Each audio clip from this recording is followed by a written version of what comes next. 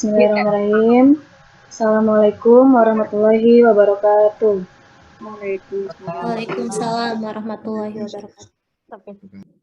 Baik, terima kasih kepada Bu Yesi dan Pak Harum yang telah mengizinkan kami untuk menyampaikan hasil diskusi kami pada mata kuliah wawasan profesi pendidikan. Perkenalkan, kami dari kelompok 5 yang beranggotakan saya sendiri, Masita Putriani, kemudian ada Bu Mila Roza, Bu Dina Suryana, dan Bu Sali Anastasia. Untuk mempersingkat waktu, langsung saja untuk pembahasan yang pertama akan dibahas oleh Bu Mila. Ini adalah sebuah negara, yaitu yang telah kita ketahui di sini negara Australia ya. Australia adalah satu-satunya benua di dunia yang hanya terdiri dari satu buah negara, yang juga disebut dengan Australia. Ibu kota negara Australia sendiri adalah Canberra. Nah, perkembangan pendidikan Australia telah berubah selama siklus PISA tahun 2018 terakhir. Siswa di Australia mendapat nilai lebih tinggi dari rata-rata OECD dalam membaca.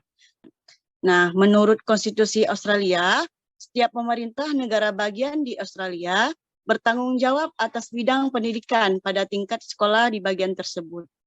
Pemerintah Australia tidak memiliki kekuasaan dalam bidang pendidikan dan hanya dapat membuat kebijakan dalam bidang tersebut dengan persetujuan dari negara bagian yang bersangkutan. Negara Australia untuk tahun akademiknya itu dimulai pada akhir bulan Januari dan berakhir pada pertengahan bulan Desember. Tahun akademik dibagi ke dalam 4 term, setiap term lamanya kurang lebih 10 minggu. Untuk jenjang sekolah di sini yang pertama itu ya sekolah dasar atau sering disebut dengan primary school. Nah, untuk primary school dimulai dari umur 7 tahun atau 8 tahun. Mulai dari orang tua murid wajib menyekolahkan anaknya sampai dengan usia 15 atau 16 tahun, tergantung pada negara bagiannya. Jika anaknya tidak rajin masuk sekolah, orang tua dikenakan denda atau sanksi. Pada tingkat high school, semakin tinggi tingkat sekolah, murid semakin bebas memilih mata pelajaran yang akan diambil. Pada tingkat senior secondary school, murid boleh memilih hampir semua mata pelajaran sesuai dengan keinginannya. Sebagian besar dari high school dan senior secondary school juga menawarkan mata pelajaran yang bersifat kejuruan. Untuk sebagian besar dari mata pelajaran pada tingkat kelas 12, nilai siswa dihitung dari tugas sekolah serta hasil ujian di negara bagian yang dilakukan pada akhir tahun. Nilai tersebut dapat langsung digunakan untuk mendaftar ke universitas tanpa perlu diuji lagi. Lanjut strategi nasional pemerintah Australia.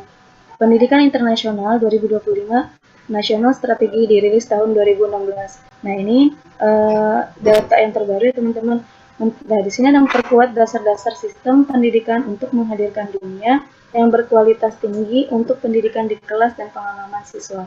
Di Australia terdapat public school, sekolah-sekolah negeri, dan private school, sekolah-sekolah swasta. Kurang lebih 2/3 dari murid bersekolah di sekolah negeri, sedangkan sisanya bersekolah di sekolah swasta. Contoh private school yang ada di Australia yaitu Muhammadiyah memiliki lahan seluas 10 hektar di Nairn di Melbourne, Australia pada 25 Mei 2017 lalu. Kemudian di sistem pengelolaan, di semua negara bagian kecuali Australia Capital Territory, sekolah dasar dan menengah dikelola oleh Departemen Pendidikan di masing-masing negara bagian.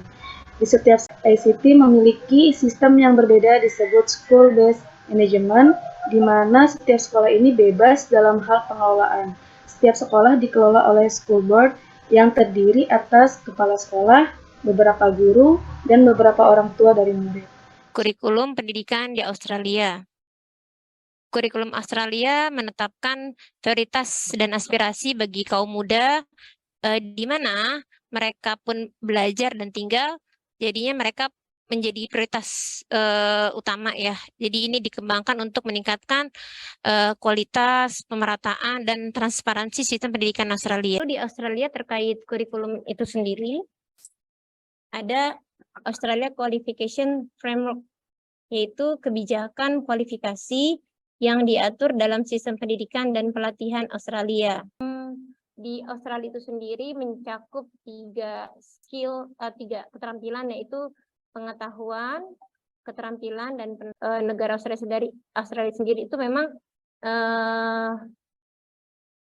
mengunggulkan ya pendidikan Australia itu sendiri terkait keunggulan dan ekuisitas. Lalu ada semua anak mudanya ini jadi lebih percaya diri dan individu yang kreatif, lalu pembelajar seumur hidup yang sukses, aktif dan berkomunikasi dalam sebuah komunitas. Ini ada 10 kemampuan umum, yaitu pertama, kemampuan menulis dan membaca, yang kedua, kemampuan berhitung, 3, teknologi komunikasi informasi, yang keempat, keterampilan berpikir, yang kelima, kesusilaan, 6, kreativitas, 7, manajemen diri, 8, kerjasama dalam tim, yang 9, intercultural understanding atau kebudayaan, dan 10 ini adalah kompetensi sosial.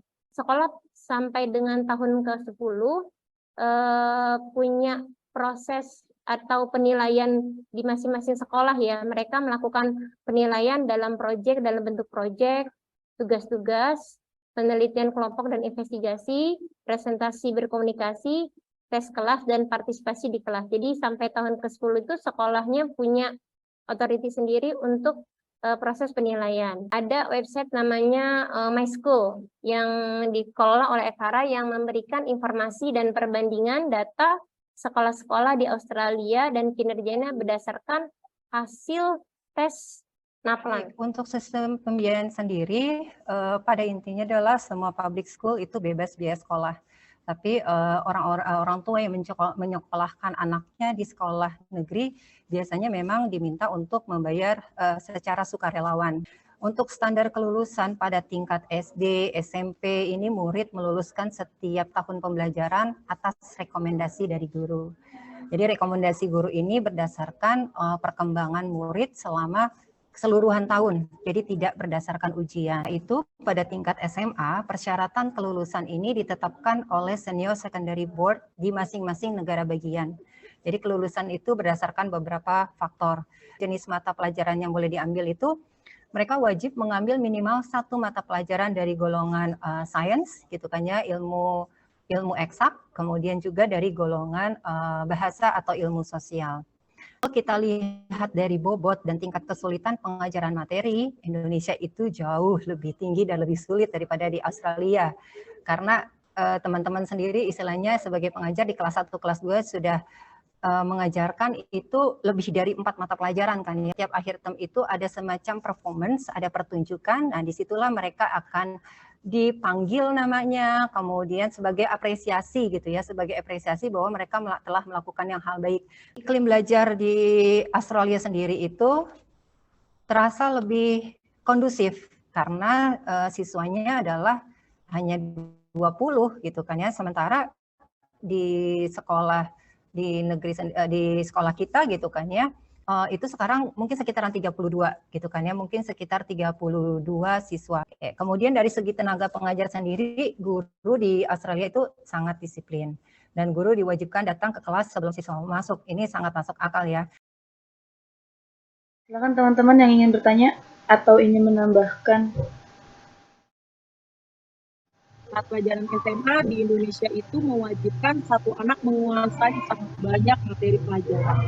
Sedangkan kalau di negara-negara maju, ini kan tidak ya Bu, hanya sekitar 6-7 mata pelajaran yang diharapkan anak-anak ini mampu menguasai. Menurut kelompok ini, bagaimana sih tentang efektivitas ini dari fenomena yang tadi saya ceritakan? Apakah efektif untuk bisa membimbing jadi warga negara yang baik? Dari pertanyaannya Bu Aida ya, istilahnya tadi cukup mengkritisi istilahnya tentang peminatan ya bobot materi di sekolah Indonesia dan di sekolah Australia. Nah ini mungkin yang memang membedakan kita gitu kan ya, membedakan kita dengan sekolah di Australia. Jadi mereka memang kurikulumnya itu sudah mulai terstruktur gitu. Jadi tadi kalau tidak salah pertanyaannya Bu Aida, ya buat apa sih ya? Kemudian apakah ada pengaruhnya dengan karakter gitu kayaknya dengan pendidikan moral itu sendiri.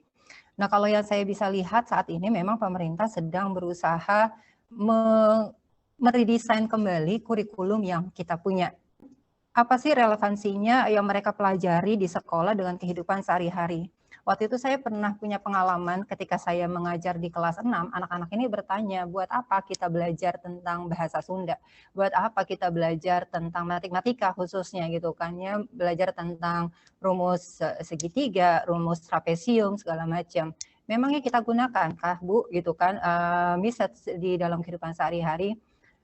Secara ilmu pengetahuan iya kita akan gunakan, walaupun istilahnya jawaban saya adalah ya kita akan gunakan walaupun tidak semua dari kalian akan menggunakannya. Tapi kenapa kita perlu belajar matematika itu memang adalah mengkonstruksi cara berpikir kalian. Bukan masalahnya apakah kamu akan pakai ilmu itu gitu kan ya, apakah kamu pakai atau tidak, tapi bagaimana kamu caranya menyelesaikan suatu permasalahan. Karena yang dilatih memang adalah cara berpikir kamu. Pemerintah kita juga sudah melakukan komparasi dengan negara lain gitu, bahwa memang anak-anak ini bukan hanya knowledge-nya saja yang perlu diperkuat, tapi juga dari sisi lainnya, dari skills-nya itu sendiri. Sementara skills itu banyak gitu kan ya. Makanya akhirnya di kurikulum Merdeka ini yang ditekankan adalah profil pelajar Pancasila.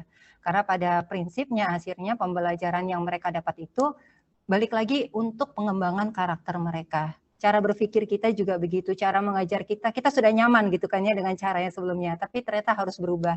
Kita dituntut untuk lebih kreatif, karena memang tujuannya adalah untuk pengembangan karakter itu sendiri. Kalau yang kita lihat belakangan ini kan moral anak yang sudah goblok ya kalau menurut saya Bu. Betul Bu Aida. Makanya istilahnya kan di kita juga ada proyek pelajaran Pancasila, kita ditunggu.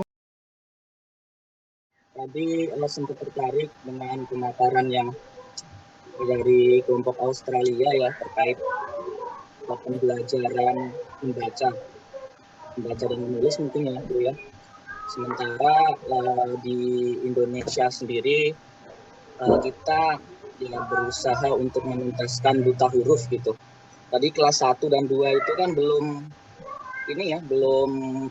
diwajibkan gitu kan untuk kegiatan membaca dan menulis.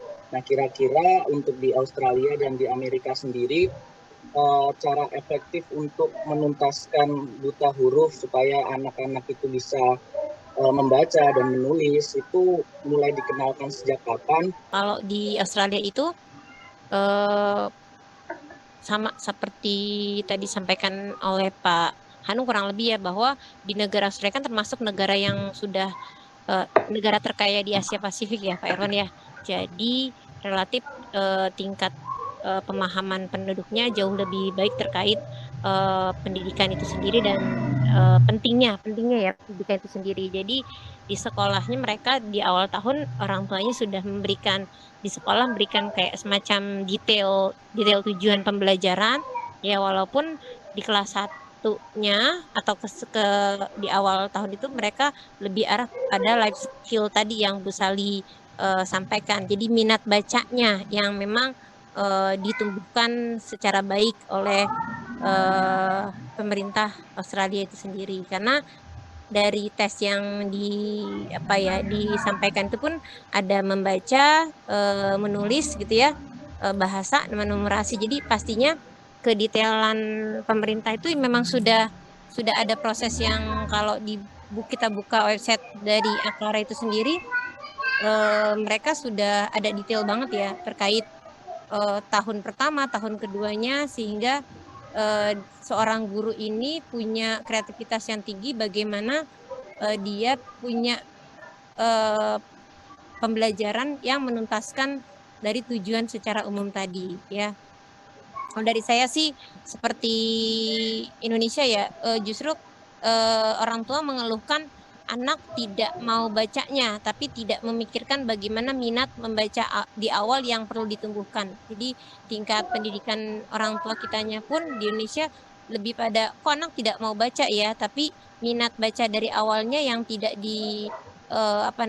diusahakan seperti itu. Tapi kalau dari pemerintah Australia sendiri di kurikulum yang di tahun pertama itu yang tidak pada ahli yang banyak sekali pelajaran, mereka lebih memunculkan kematangan karakternya ya, yang akhirnya mau membaca, kemudian beradaptasi dengan lingkungan juga baik dan lain sebagainya macamnya. Artinya ketika mereka sudah baik secara pemahaman edukasi di awal, nah mereka akan butuh sendiri baca pengetahuan itu seperti apa. Jadi caranya seperti apa gitu kan ya. Jadi kalau di pelajaran tadi Bu Dina sudah menyinggung ya, literasi, numerasi itu memang dua hal yang cukup penting, tapi memang di negara ini memiliki caranya adalah cukup berbeda gitu. Jadi misalnya kayak numerasi itu bukan hanya menghitung, literasi itu bukan hanya sekedar membaca.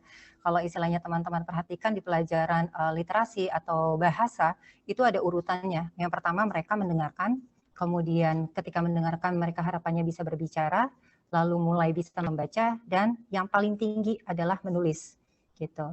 Jadi nanti kalau untuk di kelas 1 itu mereka hanya melihat, mendengarkan gitu kan ya. Mereka mendengarkan bagaimana suatu bentuk suara dari suatu huruf atau suatu kata. Jadi mereka mendengarkan dulu. Gitu. Kemudian ketika mereka telah mendengarkan, mereka menirukan gitu kan. Contohnya karena mereka menggunakan bahasa Inggris misalnya cat gitu kan ya. Ketika gurunya mengatakan cat, mereka akan repeat lagi gitu. Selain itu, mereka juga di skill untuk komunikasinya dulu. Jadi ketika situasi yang sangat familiar bagi mereka, itu mereka berbagi gitu ya. Jadi mereka yang dituntut itu adalah bagaimana cara mengekspresikan, karena bahasa itu sendiri kan ekspresi diri ya, mengekspresikan suatu situasi tertentu. Misalnya ketika hujan, apa sih yang kamu rasakan? Itu diajak anak-anak untuk menceritakan perasaannya. Nah, itu kan juga bagian dari literasi. Mereka bisa saja menulis, tapi tidak menggunakan pensil. Misalnya menggunakan jari mereka, menggunakan cat, kemudian menulis di pasir, gitu ya. Jadi memang lebih kepada sensorik motorik halusnya. Sekian dari kelompok kami, kelompok 5 dan 6. Kurang lebihnya mohon maaf. Billahi fisabilil haq, fastabiqul khairat. Wassalamualaikum warahmatullahi wabarakatuh. Waalaikumsalam warahmatullahi wabarakatuh.